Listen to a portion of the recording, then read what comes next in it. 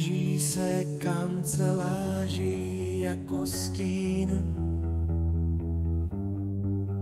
Vidí zavřený láhve, tak co s tím? Pomaloučku, potichoučku jednu otvírá, nasává tu lahodnou chuť a oči zavírá. Jen takhle tmo se zeptá, kdo chce a nalívá.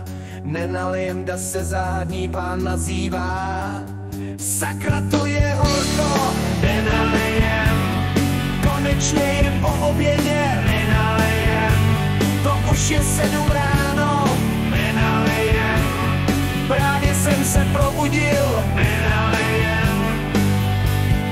Plní skříně, šuplíky i ledničky, v batohu to cinká. Kdo si v noci nenaleje, ten pak špatně spinká. Samo se to nevypije, tak s tím pojďme pohnout. A až to bude vypitý, tak si můžem jít lehnout.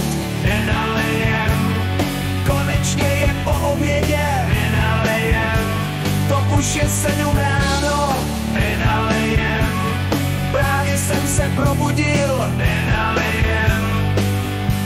Zpívá se tu hrůza rumu, šípkovice se zázvonem, nějaký vína, whisky, bourbon a láhve se závitem. V prázdných flaškách jenom chvíli nic není, jen co se vypálí švestky, tak se naplní. Sakra, tu je horko, nenalejem.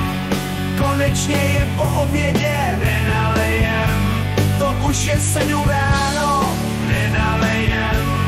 Právě jsem se probudil, nenalejem.